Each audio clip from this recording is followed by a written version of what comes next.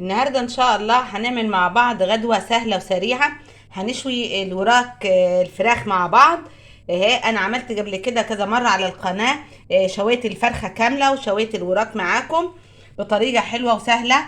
النهارده هعملها على الشبكة بطريقة سهلة جدا، والتتبيلة خطيرة. هندخل الفيديو ونشوف عملنا تتبيلة الوراك دي ازاي. السلام عليكم ورحمة الله وبركاته، معاكم أسرار ست البيت. النهاردة إن شاء الله هعمل معاكم فراخ مشوية، أو بالمعنى الأصح هعمل وراك مشوية أهي. زي ما انتم شايفين أنا منضفاها وفتحاها بالشكل ده هو علشان تستوي معايا بسرعة. أنا هعملها على الشبكة، يعني هحطها في الشبكة بتاعت الحاتي وهحطها في الفرن. انا عملتها معاكم قبل كده. بس قلت ان انا في ناس كتير بتدخل جديد ولسه ما تعرفش التتبيله. هتبقى اعملها معاكم بتتبيله حلوه خالص. معايا هنا اهو فلفلايه حاميه وفلفل رومي وطماطم. هحطهم في الخلاط. لو عندك كبه اعمليهم في الكبه عادي اهي. الخلطه دي حلوه خالص لاي فراخ مشويه. لو عايزه تعمليها برضو لفرخه كامله اعمليها. ومعايا هنا توم، يعني كام فص كده اهو. ومعايا هنا بصل. انا هعمل كميه عشان هشيلها في الفريزر، علشان انا بكره يمكن اعمل فراخ لاصحابي يعني. معايا هنا ليمونه مقطعه اهي، مقطعاها حتت صغيره عشان ترضى تتفرم معايا. ولو عندك الكبه هتساعدك في الفرم خالص اهي، بالطريقه دي اهي. وهحط عصر ليمونه كبيره، وهحط شويه خل، برضو شويه الخل يكتر كده شويه عشان بس يساعد الخلاط. ومعايا هنا التوابل اللي بتاعتي.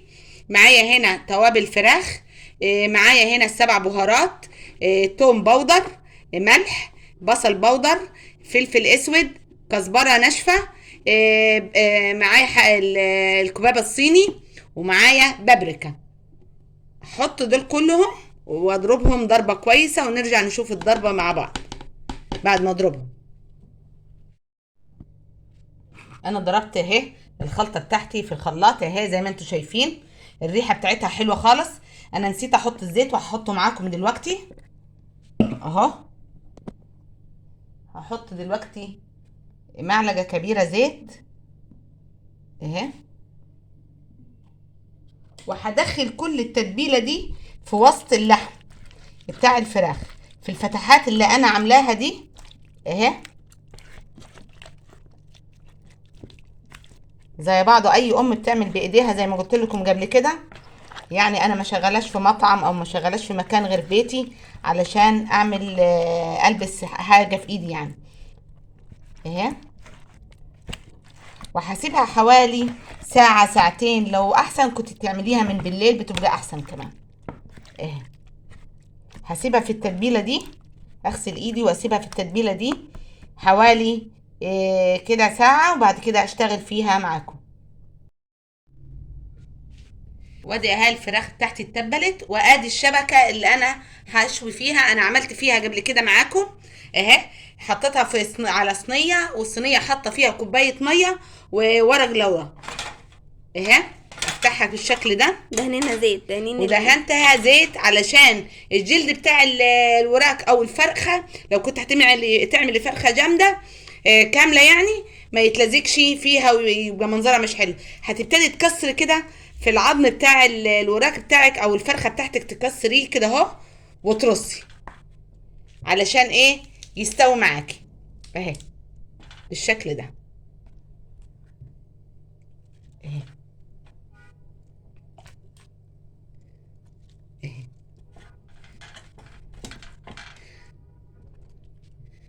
بالطريقه دي، وهيطلع الريحه والطعم حلو خالص. وانتي اثناء ما شغال السوا بتاعها تبتدي تحطي من التتبيله كده اهو عليها اهي.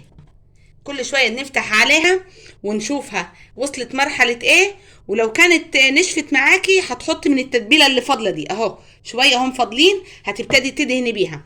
وهنقفل الشبكه بتاعتنا اهي.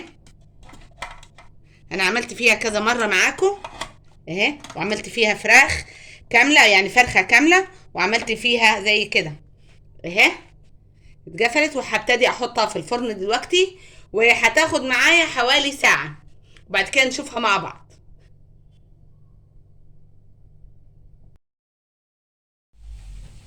اهي الفراخ طلعتها اهي من الفرن، استوت خالص زي ما انتم شايفين، واديتها وش على تحت الشوايه اهي. هنبتدي نفتح مع بعض اهي.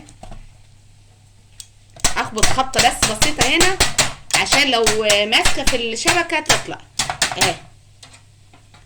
اهي شايفين الشكل بتاعها، شكلها حلو خالص اهي، والريحه كمان، ريحه التتبيله حلوه وخطيره. انا هحمر شويه بطاطس واحطها معاها، هنطلعوها الاول.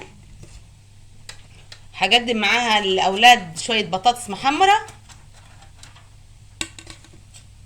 وشويه سلطه بلدي كده، وهيجيبوا هما كاتشب. تبقى ايه غدوه حلوه خالص بسيطه وسريعه اهي.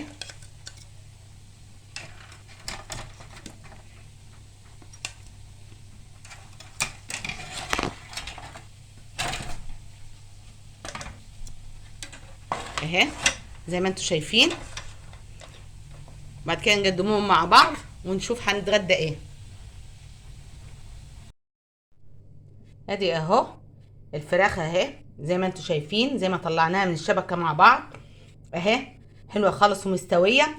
وعملت شويه السلطه البلدي زي ما قلت لكم، وايه حمرت شويه بطاطس اهو. زي ما انت عايزه تاكلي مع الفراخ بتاعتك ايه. عايزه تعملي رز بسمتي اعملي، انا عامله في القناه طريقه الرز البسمتي بطريقه خفيفه وسهله. وعايزه تاكلي معاها مكرونه كلي على حسب ما بيحبوا اولادك. وان شاء الله تكون عجبتكم الوصفه وتجربوها، والسلام عليكم ورحمه الله وبركاته.